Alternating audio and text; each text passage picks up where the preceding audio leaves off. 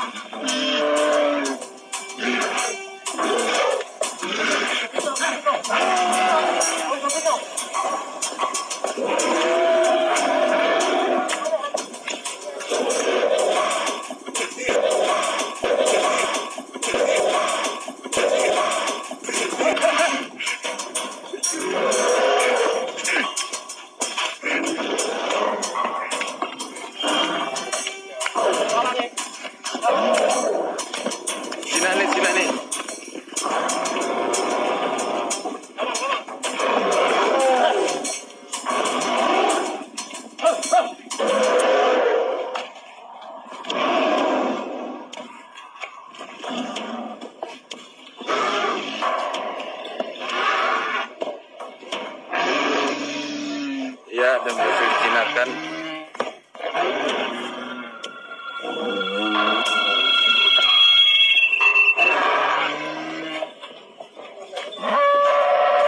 Oke. Ya, kita di Mojosemi. Jadi ini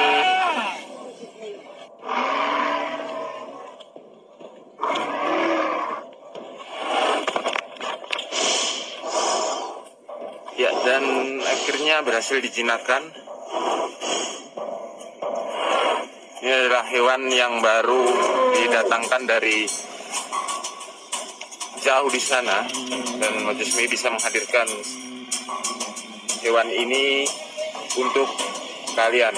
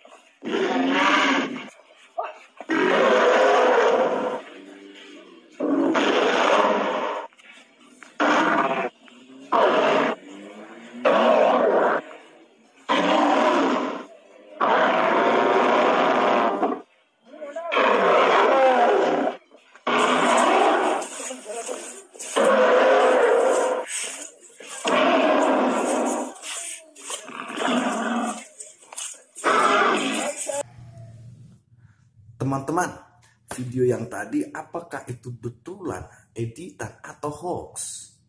Segera terbongkar jawabannya setelah video ini. Saya selaku Komandan Kodim 0804 Magetan, saya kemarin juga sempat kaget karena sempat ada video yang viral di media sosial terkait dengan adanya berita yang mungkin dalam pengunggahannya terlalu menghebohkan.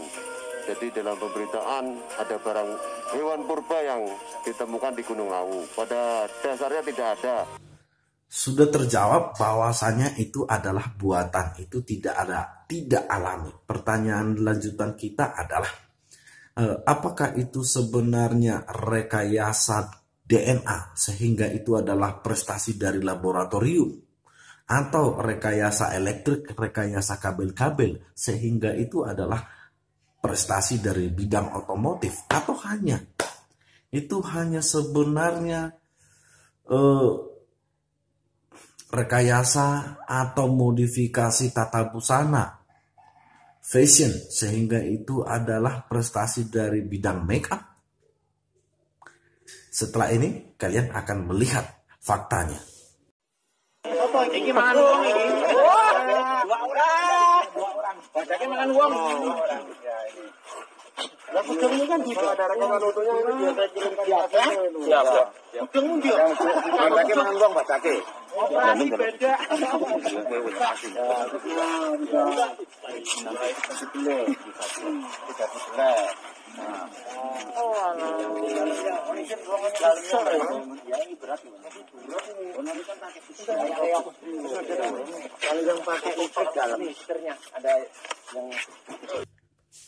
Kalian sudah tahu bahwasanya ternyata itu bukan prestasi dari bidang rekayasa DNA, sehingga itu bukan dari laboratorium. Itu juga bukan prestasi dari bidang otomotif, sehingga itu bukan keunggulan kita dalam menciptakan kecerdasan buatan. Itu hanya sebatas modifikasi kosmetika sehingga melahirkan yang seperti kita lihat itu. Tapi ada beberapa kelemahan, memang kelemahannya adalah itu lihat kakinya terlalu kaku, apalagi itu lihat ekornya terlalu kaku. Hal ini memang saya pikir terlepas dari segala kelemahan ini pantas diapresiasi.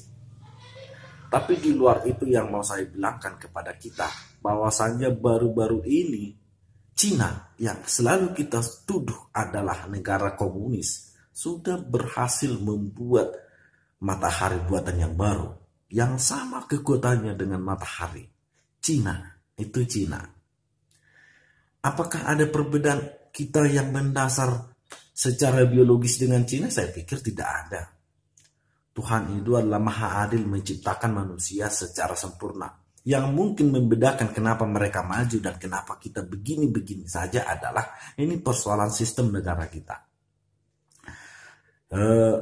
Di negara kita selalu sibuk membincangkan agama X sama agama Y yang berkelahi. Begitu ada orang pejabat yang misalnya visioner, maka yang selalu muncul adalah perdebatan tentang agama ini, agama itu. Sehingga uang kita terus ludes habis di tanah lapang untuk demonstrasi. Uang kita sibuk untuk mendamaikan perkelahian antara X dan Y. Itu satu hal. Hal lain adalah kesalahan sistem juga ketika pemerintah selalu mengatakan bahwa korupsi itu harus hanya bisa dilakukan jika masyarakat tidak mengizinkan. Ini saya pikir pembodohan massal juga. Kalau masyarakat tidak mengizinkan. Faktanya masyarakat saat ini adalah kelaparan. Itu. Kalau kelaparan, maka selalu akan banyak butuh uang. Butuh kecepatan. Sementara orang yang sudah kekenyangan saja, dalam hal ini pemerintah, selalu merasa kelaparan sehingga yang selalu berakhir adalah korupsi. Jika dikatakan harus dari bawah, itu adalah kesalahan total. Yang penting adalah dari atas dulu. Apalah gunanya pemerintah jika hanya selalu mengendalikan masyarakatnya untuk membasmi koruptor? Jadi sebenarnya dari atas dulu, bereskan dari atas, bereskan dari menteri-menteri, bereskan dari kepala daerah, bereskan ke bawah-bawahnya lagi ke kepala-kepala instansi, maka semua akan beres. Uang kita tidak habis pada perut, uang kita tidak habis pada korupsi, sehingga kita barangkali suatu saat tidak hanya menghasilkan lagi dinosaurus buatan berupa kosmetika, tetapi menjadi rekayasa genetika, rekayasa elektrik kabel-kabel melalui kecerdasan buatan. Saya pikir itu pesan pentingnya, bahwasanya ada yang salah dalam sistem kita, bahwa kita tidak jauh lebih bodoh dari negara-negara lain. Karena saya pikir Tuhan itu adil. Tuhan tidak pernah menciptakan, Cina, kamu harus lebih pintar daripada Indonesia. Terima kasih.